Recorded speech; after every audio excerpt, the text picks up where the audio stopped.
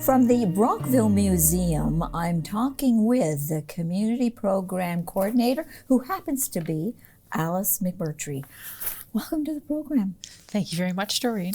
So I have heard so much about these touch table activity stations. I mean, they are a big hit. They are. They really are Yeah. at the museum. So can they be accessed at any time, or is it only at special times that you bring out these activity tables? So it's only during sort of special event days, which are the PA days. So if you check Yes. the school board calendar, you'll see when some of them are. I believe there's one in April and another one late May. But we'll also be trotting them out during March break. Oh, Yeah. which is coming up. It is coming up. Yes. Yeah. Okay. Yeah, so they'll be happening in the afternoons on the days that we're open. So we're open the full week. We're open from 10 until 4, but the touch tables will be out from 1 p.m. to 4 p.m. Is it still free will giving? Yes, it is. It yeah. is, okay. So admission by donation. Yeah. Good. Oh, okay, that's nice. History talks, Yes. something that I love. I love these. And do you have one coming up in February? Yes, we do. So we have one on Thursday, February 13th at 2 p.m. And that will be an overview of Brockville industries from the 1970s to the present.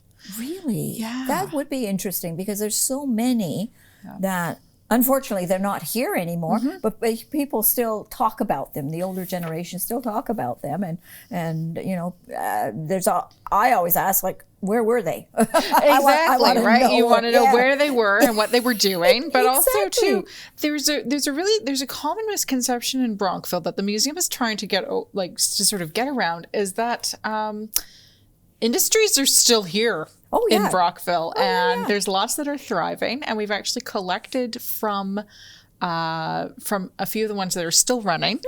And the idea too is that, especially with these more contemporary talks, is what we want to sort of showcase with the museum is that we don't just collect old things. We collect newer things that then will become history for future generations, right? Yes, yeah. You're right.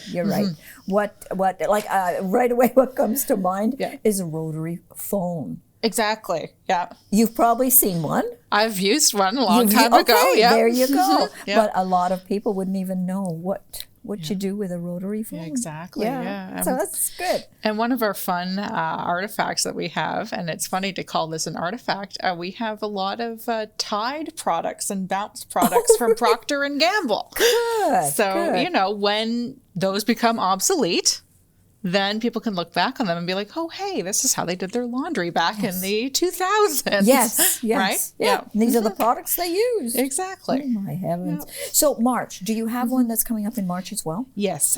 So we do. So that'll be the second week of second Thursday of March. And I believe that is March 13th. Yep.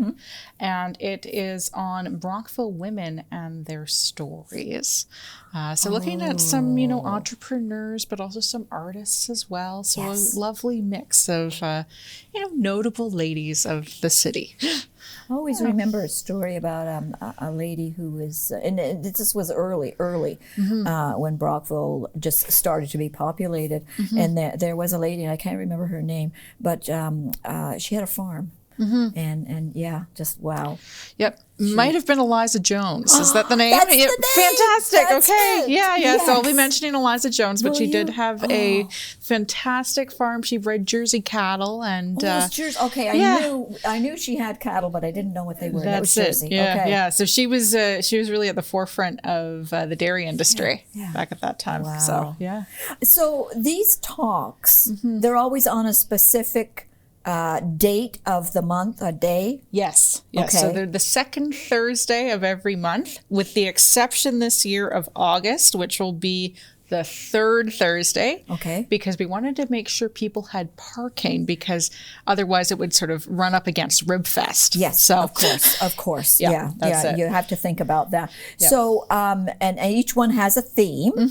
Yes. And cost. Cost is $6 even. $6 even. Should people actually register for this? because of space and whatnot? Do You not? can, absolutely. Okay. Yeah. Okay. So what you can do is call the museum, the front desk when we're open.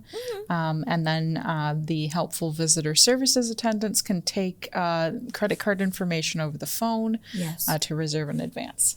Which is a good idea, because you want to make sure, if, like as we were talking about women, if there's someone that is interested in that, you want to keep your chair. You want to be able to go and not be disappointed. Absolutely. Right. Yeah. Okay. So how long is the talks, by the way? They're about 35 to 45 minutes. So, yeah. And then a little bit of time afterwards for discussion as well. Yeah, well, hey, I have questions. There you go, right? Now, the quilt exhibit, that is coming to an end, is it not? Yes, it is. So it's been a really great exhibit for us, and we've been able to showcase some of our fantastic historical quilts. There's still time to see it, so that closes on Friday, February 14th. Okay. So get out there, go see it. Well, that's it. If somebody wants to see it and they're hoping that it's going to be there in March, April, it's not going to be. It's not going to be there. So we're going to have a really cool exhibit afterwards, but and you're not going to tell me, are you? I can tell you. I can tease you a little bit. Okay. There you go. All right, go ahead. So it'll be on women artists in Brockville from the 20th century. So some really cool pieces and really cool stories as well. Okay.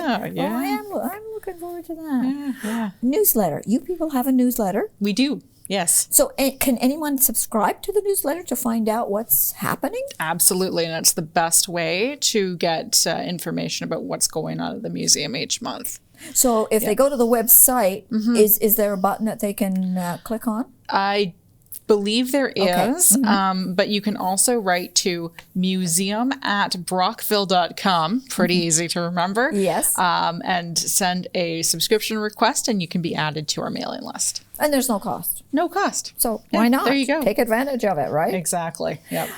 The other thing, when I was on your website the other day, and I spent quite a bit of time on there because I was going into stories from the stones. People can actually access all this information and all the videos that you have done.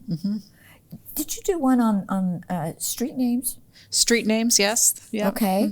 There was also Brockville blazes. Yep. So the history of some notable fires that have ravaged the downtown area over the years. That would be very interesting. Very interesting. Yeah. That would be. Well, as I said, when I was on there, I that time just flew, and I thought, oh, I gotta get on here. I have too much time. So the thing is if you're out of town, or if you can't come down to see the museum during our opening hours, this is a great way to still get some of the content that we produce and some of the messages that we come out with and the stories from the comfort of your own home.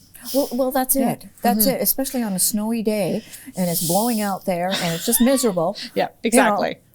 Go to the computer and go to the museum. Have a nice cup of tea and enjoy it, right? Exactly. Yeah. And that's what I was doing. So your hours of operation for the winter are? Yep, it's Wednesday through Friday, noon until 4. Noon until 4 o'clock. Yeah. Thank you very much for coming in, sitting down with me, and telling us what's going on at the museum. Well, thank you very much for having me. Appreciate it. Don't you go away.